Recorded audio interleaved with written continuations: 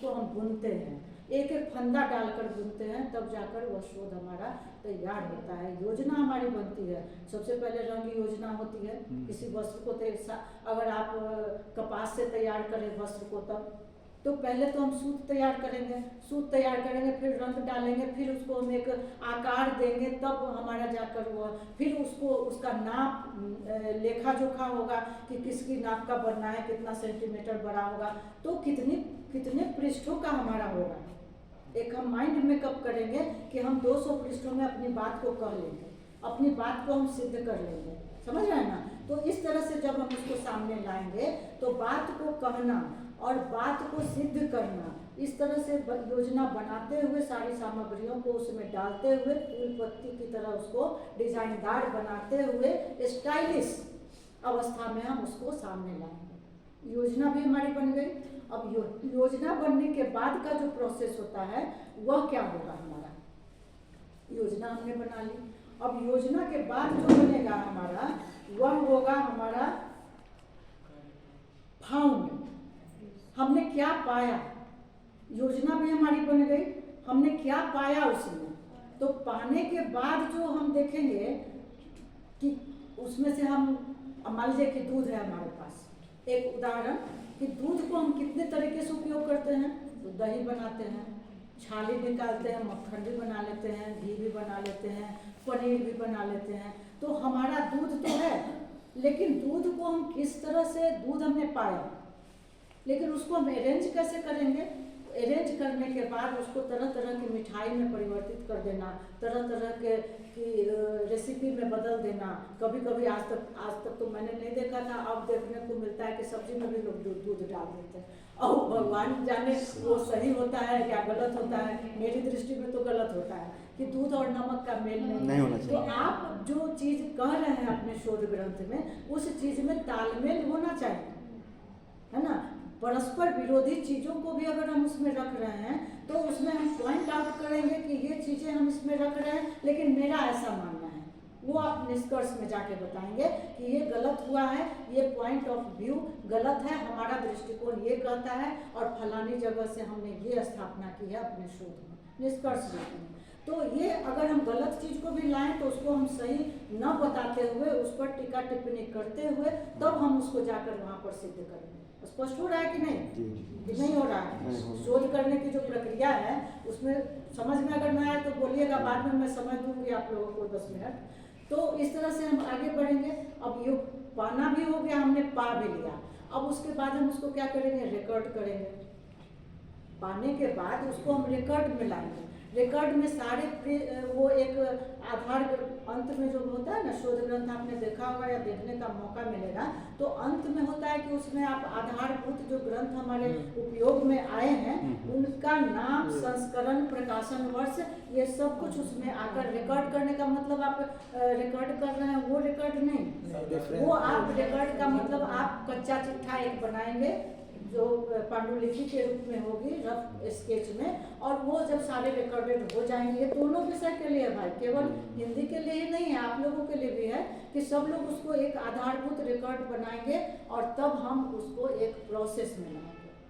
Process मतलब प्रक्रिया, है ना। रिकॉर्ड के बाद हम उसको प्रोसेस में लाएंगे, हमारी प्रक्रिया शुरू होगी या समाप्त होगी। तो हमारी प्रक्रिया में जब वो चीज़ें आ जाएंगी कि हमने अब उसको क्रमबद्ध कर लिया, तब हम प्रकाशन के लिए सोचेंगे, समझ रहे ना। तो ये शोध चक्र होता है, प्रकाशन सबसे अंत में होता है, ये चक्र है कि शोध का चक्र हम कैसे निष्पन्न करेंगे और उस शोध चक्र से बाहर निकलने के बाद ही हमें एक मक्खन रूप में हमें चीज मिलेगी, समझ गए ना। तो जब वह चीज हमें मिल जाती है तो यह तो शोध प्रक्रिया का चक्र हुआ कि शोध हम कैसे करेंगे, किसी चीज़ को सामने लाकर कैसे उसका हम फाउंडेशन करेंगे, कैसे हम उसका क्या कहते हैं उसको ली आउट करना, उस तरह से हम करेंगे। और वो करने के बाद हम इस पर एक प्रक्रिया अपनाते हुए तब हम इसके प्रकाशन में जाएंगे। आजकल ऐसा होता नहीं है, आजकल शाम में आप दवा खाइएगा, सुबह में कहेगा कि बुखार नहीं उतरा,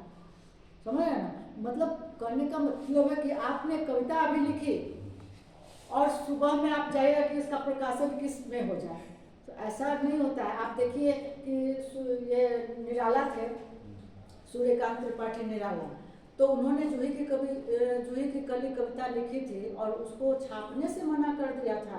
किसने? महावीर प्रसाद द्विवेदी, है ना। तो क्यों? तो वह 16 वर्ष में उन्होंने वह कविता लिखी थी और समाज की दृष्टि से उसको उन्होंने अश्लील करार करते हुए उसको छापने से मना कर दिया। और आज सूर्यकांत त्रिपाठी निराला एक जाने माने हस्ताक्षर हैं आपके बीच में। तो ऐसा नहीं होना चाहिए कि हमारी कविता या हमारी कहानी या हमारा आलेख आज नहीं छपा तो इसका मतलब हम महामूर्ख हैं। समझ गए ना? अज्ञात चीज को ही सामने लाना, यही शोध है। तो जो अज्ञात है आप उसी पर चले जाइए। जूही की कली कविता पढ़िए अगर आप शोध करना चाहते हैं तो आप उसमें चले जाइए कि क्यों उन्होंने कविता वैसे लिखी, क्या मानसिकता रही होगी उस समय उनकी, जो और किशोरों से मेल खाती थी, और उस समय की सामाजिक रूढ़ियाँ क्या रही होंगी जिसके कारण वो कविता छपने से मना कर दी गई थी। ये भी एक शोध का विषय होगा कि किशोर मानसिकता में आप कह रहे हैं कि अश्लील है, ठीक है, या आप कहेंगे कि अश्लील है, लेकिन हमारे सामने तो ईदगाह का हामिद भी है जो बुजुर्ग को भी माफ करता है। जरूरी नहीं कि हर किशोर अश्लील ही हो। क्या ईदगाह कहानी का जो हामिद है वह किसी बुजुर्ग की सोच को भी मात करता है या नहीं करता है?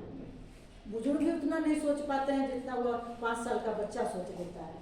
तो कहने का तात्पर्य यह है कि आप दृष्टि को परिमार्जित कीजिए। हमारा जो दृष्टिकोण है उसको परिमार्जित जितना हम करेंगे उतनी ही नई नई चीजें हमारे सामने आएंगी। समझ रहे ना? अब आइए संगीत में आप देखिए कि मैंने पहले दिन भी कहा था, शायद आप लोगों से थोड़ी बातचीत हुई थी, कुछ लड़के थे, कि मुगल कालीन जो हमारे पास जो शास्त्रीय गान था उस समय मुगल काल में तो हम लोग थे नहीं, तो हम लोग क्या करेंगे? इतिहासकार हों या फिर संगीत शास्त्री हों, वो लोग तो खोजेंगे ही ना। तो तानसेन हुआ करते थे, नाम तो आप लोगों ने सुना होगा। तो तानसेन के बारे में कहा जाता है कि जब उन्होंने दीपक राग गाया था, उन्होंने अकबर ने कहा कि आपके पास क्या ऐसी क्षमता है, क्या आपके पास अच्छी चीज़ है, क्या आप जानते हैं तो कि मैं आपको मान लूँ कि आप बहुत बड़े गायक हैं। कहा मैं बुझे हुए, उन्होंने कहा कि मैं बुझे हुए दीपक को जला सकता हूँ। तो ये कैसे संभव है? दीपक अगर बुझे हुए हैं तो वो जल कैसे जाएंगे गीत गाने से? तो गीत गाने से तो उन्होंने राग गाया। राग और रागिनी का महत्व आप देखें कि उन्होंने दीपक राग गाया। कहते हैं, मैंने भी पढ़ा ही सुना है, देखा नहीं है, तो कहते हैं कि दीपक राग जब उन्होंने गाया तो बुझे दरबार के जितने भी बुझे हुए दीपक थे वो जल गए। जो जल तो गए, लेकिन तानसेन उन रागिनियों में इतना खो गए, उस लय और सुर ताल छंद में इतना खो गए कि वो भूल गए कि बुझे हुए दीपक जल चुके हैं, मुझे बंद कर देना चाहिए। राग उन्होंने बंद नहीं किया और वो गाते रह गए। क्या संगीत भाई, मैं गलत नहीं ना हूँ? वो गाते रह गए, संगीत की बहनें, तो वो गाते रह गए। और गाते रहने के कारण क्या हुआ कि वो बुझा हुआ दीपक जलाना मतलब अग्नि प्रज्वलित करना, मतलब वो गर्मी का एहसास, ऊष्मा, उस रागिनी से इतनी ऊष्मा उत्पन्न हुई कि वो ज्वर से तप्त हो गए तानसेन, और इतना अधिक ज्वर हो गया कि पूरे दरबार में आग लगने की नौबत हो गई। और जहाँ तहाँ पर्दा हुआ करता होगा, तो अंत में कुछ दरबारियों ने खबर की, तो जब पिता गड़बड़ाते हैं तो कौन साथ देता है? या तो पुत्र दे या फिर पुत्री दे। तो उनकी 2 पुत्रियां थीं जो वो भी संगीतज्ञा थीं, तो उनको खबर गई कि आपके पिता ज्वरग्रस्त हो गए हैं और आग लग रही है उनके गाने से। तो वो दौड़ी हुई आई। तो जैसे काट होता है ना, हर चीज़ का काट होगा। आपको सांप अगर काट ले तो क्या होता है? सांप के जहर को आपके शरीर में डाल दिया जाता है, सुई के द्वारा डाले या फिर पत्थर से डाले या जो भी करे, तो उसी सांप का जहर अगर आपको डाल दिया जाता है तो सांप का विष खत्म हो जाता है। तो विषस्य विष मौसदम। तो पिता की काट कौन होता है? पुत्री। पुत्री दौड़ी कि हमारे पिता पुत्री दौड़ी कि हमारे पिता ज्वरग्रस्त हो सकता है कि मैं कहीं पर गलत हूँ तो तुम लोग बताना भाई।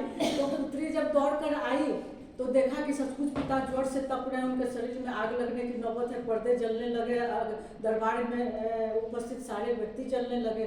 तो उसने क्या किया? उसने मेघ राग गाना शुरू किया। तो उस आग की तपन को मिटाने का काम पुत्रियों ने किया, और मेघ राग। तो दीपक राग से बुझे हुए दीपक जब जल सकते हैं तो मेघ राग से वर्षा होकर उस अग्नि की तपन को भी कम किया जा सकता है। तो ये है संगीत की ताकत। एक ने आग लगाई, दूसरे ने आग बुझाई, है ना।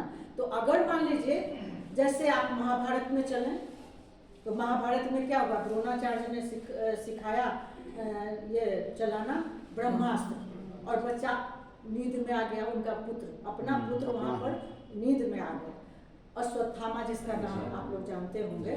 तो वह चलाना तो सीख गया, कैसे चलाना है, लेकिन जब वो उसको वापस करने की बात सिखला रहे थे द्रोणाचार्य, उस समय वो किसको ऊँघना कहते हैं, वह ऊँघ गया, वो लौटा नहीं पाया, लौटाना भूल गया।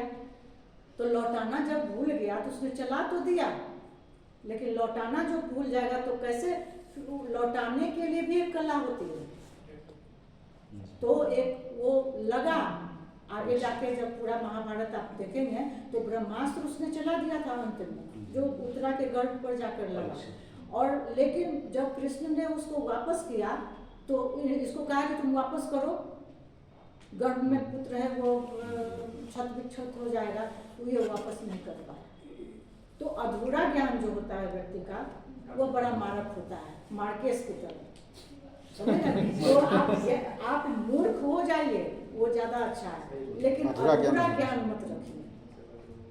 कोई अगर हमें मूर्ख कह दे तो मुझे कोई उसमें ग्लानि नहीं होती है कि आपको ये चीज मुझे नहीं आती है, मतलब नहीं आती है, आ जाएगी तो सीख लूंगी, इच्छा होगी सीख लूंगी, नहीं होगी नहीं सीखेंगे। तो ये हमारी कैपेसिटी पर निर्भर करता है कि हम वो नहीं सीख पाया बेचारा, तो अधूरा ज्ञान उसके लिए मारक हो गया। और वही ब्रह्मास्त्र जब कृष्ण ने लौटाया तो चूंकि उसने चला तो दिया था, वह उसके माथे में आकर लगा, अश्वत्थामा के माथे में आके लगा, और वह जीवन भर उसको आज तक सुनते हैं, हमने देखा नहीं है कि आज तक उसके माथे में वो घाव बनकर उसको तड़पा रहा है। तो कहने का अर्थ यह है कि आप किसी भी चीज में जाइए तो डूबिए जरूर उसमें, लेकिन हीरा मोती लौट लेकर ऊपर आइए, उसमें जो मान्य छिपे हुए हैं, उसमें जो नई नई चीजें छिपी हुई हैं, उसको आप बाहर लेकर आइए। अगर ऐसा हम नहीं करते हैं तो फिर हम अधूरे कहलाएंगे, हमारा काम पूरा नहीं होगा, हमारा काम प्लेगरिज्म में फंस जाएगा। तो ये आपका शोध चक्र हुआ, ठीक है, स्पष्ट हुआ शोध चक्र में। अब शोध की प्रक्रिया हमारी क्या होगी, हम उसको कितने अध्यायों में बांटेंगे वह आप देखिए। तो शोध का जो चक्र है उसको हमने देखा कि हम ऐसे ऐसे करेंगे तब हमारी चीज हमारे सामने आएगी। सोना को हम आग में रखेंगे, राग में हम डूबेंगे, राग सीधे गा लीजिएगा तो नहीं हो जाएगा, बीच में आवाज आपकी फट जाएगी तब कैसे होगा, नहीं होगा।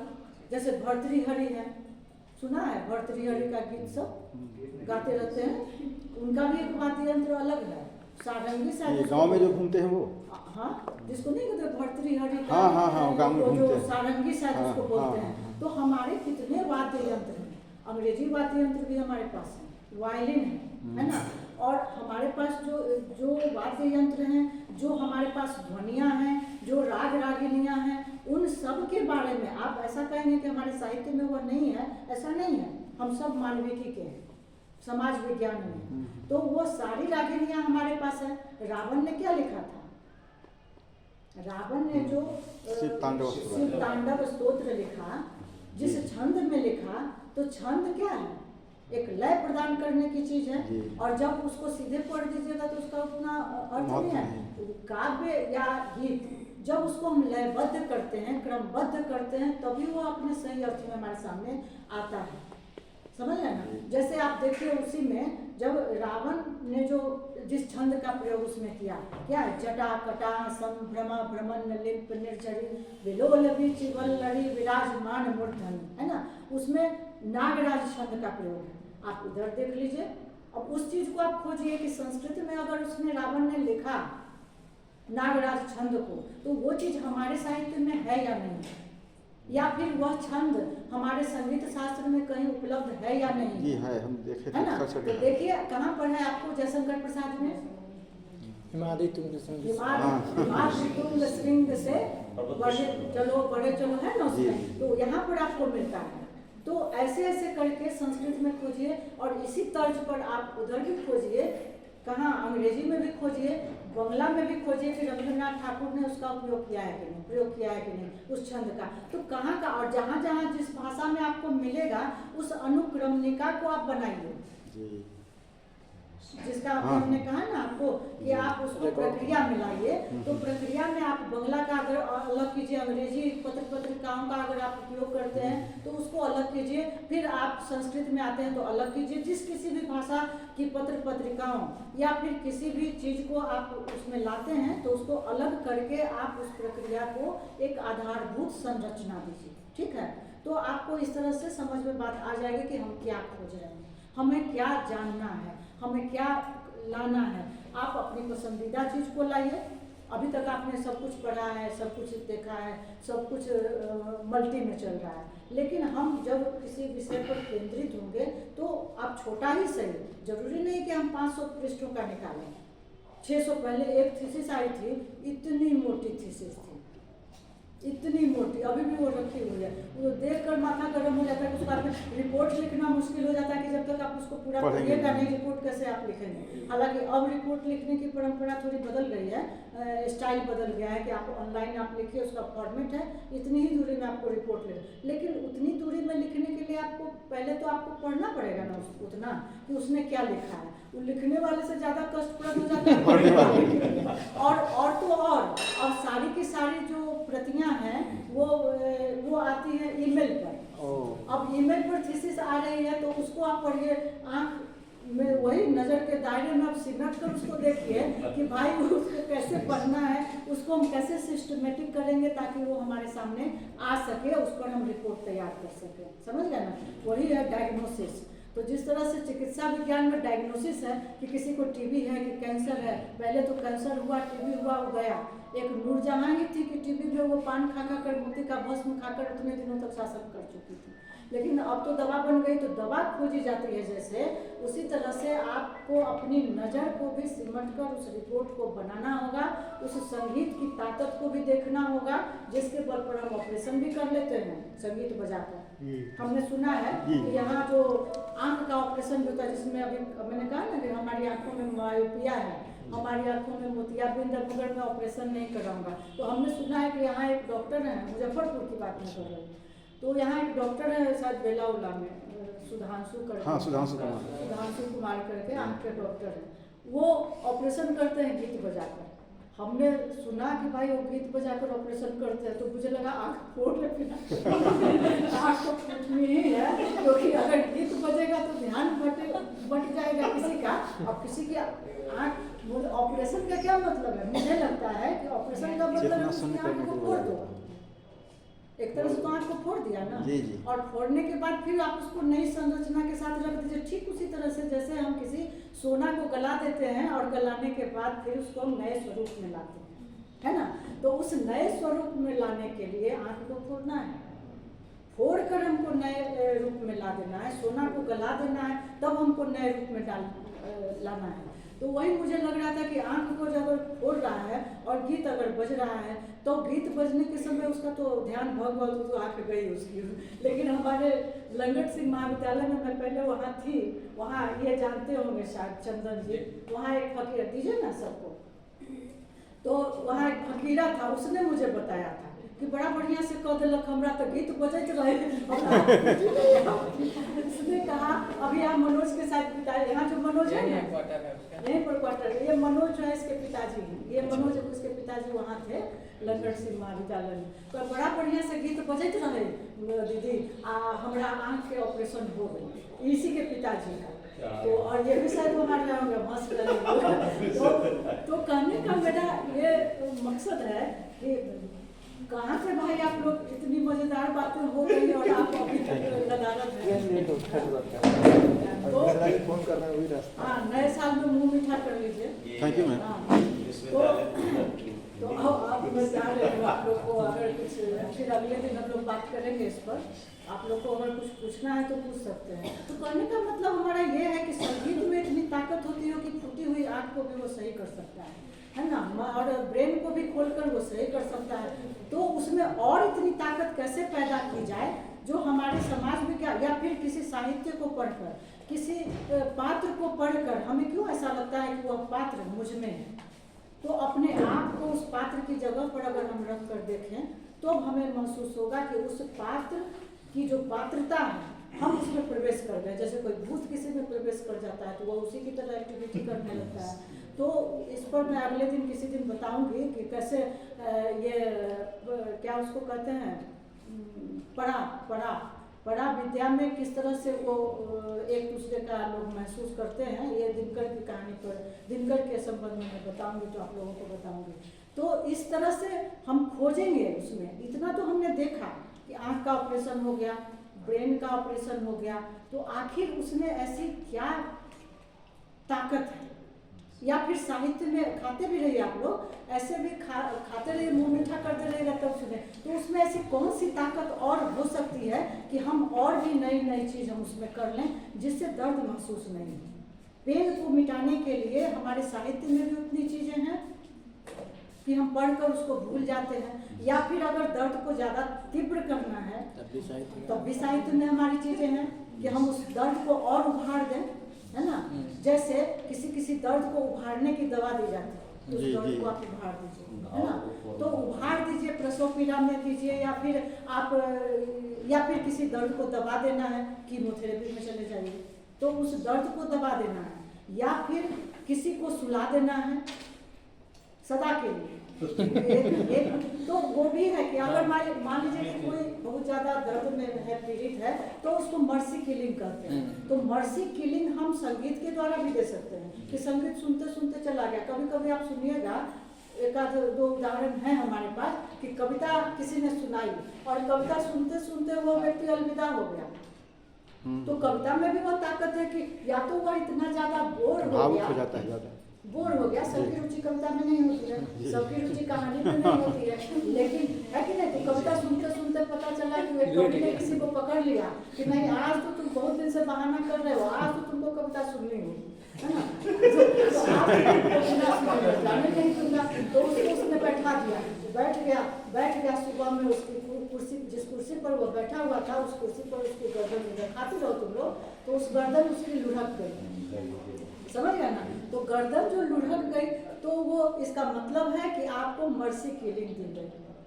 आपको इस संसार के मोह माया जाल से कविता ने मुक्त कर दिया। लोग मुक्त होने के लिए बनारस जाते हैं, बद्रीनाथ जाते हैं, केदारनाथ जाते हैं, लेकिन कविता भी ऐसी हो सकती है। अब वो कौन सी कविता थी जिसके सुनने के बाद वो पढ़े, इसको खोज लीजिए। तो यही शोध होगा कि कौन सी कविता सुनकर वह व्यक्ति ऊपर चला गया, है ना। तो कभी कभी होता है कि गीत सुनते सुनते भी व्यक्ति चला जाता है, वो इतना ज़्यादा आह्लादित हो जाता है। या अगर सैडिस्टिक जिसको कहते हैं, सैडिस्टिक गीत अगर सुनाया जाए किसी को, तो उस उदासी के घेरे में वो इतना डिप्रेस्ड हो जाता है कि जाके छत से कूद जाएगा। तो हम लोग यहीं पर खत्म करें और नया वर्ड फिर से हम लोग सोचें ताकि हम लोग को क्या हम इसके लिए कर सकते हैं। तो मैं लास्ट में, कुछ दिक्कत हुई है मेरी बात? नहीं। शोध की प्रक्रिया आपने समझ ली, आगे फिर हम लोग बातचीत करेंगे। और फिर तो अंत में मैं आप लोगों को यही कहना चाहूँगी कि बेहतर से बेहतर, ध्यान देना भाई, कि बेहतर से बेहतर की तलाश करो, बेहतर से बेहतर की तलाश करो। मिल जाए नदी तो समंदर की तलाश करो, मिल जाए नदी तो समंदर की तलाश करो। टूट जाता है शीशा पत्थर की चोट से, टूट जाता है शीशा पत्थर की चोट से, टूट जाए पत्थर, कोई ऐसा शीशा तलाश करो। पूछना है तो पूछ लो भाई, हम लोग बातचीत करते हैं, अपन लोग स्वयं ज्ञानी है, मुझे भी कुछ सीखने को मिले तो मैं अपने को धन्य समझूंगी। कुछ सिखाओ मुझे भी, मैं मूर्ख महामूर्ख सब बनने के लिए तैयार हूँ। लेकिन आप लोग जो इतनी देर तक आप लोग सुन रहे थे, मुझे लगता है कि कुछ तो आप लोगों का दिशा निर्देश हुआ होगा और आगे भी फिर होगा। मूल चीज़ यही है कि हम दिशा को समझें कि हमको आमगोला जाना है, कि हमको बराव पोखर जाना है, कि हमको साहू पोखर जाना है, कि हमको बाबा धाम जाना है, या फिर हमको कहाँ जाना है, ये आप पहले तय कीजिए कि हम किस रूट से जाएंगे। मैप को देखिए, जाम लगा हुआ है, उस रास्ते को बदल दीजिए। तो इस तरह से करके आधुनिक तकनीकों का प्रयोग करते हुए बेहतर से बेहतर की तलाश कीजिए। धन्यवाद। धन्यवाद। आप लोग नए वर्ष में मुँह मीठा कीजिए। कुछ पूछना है?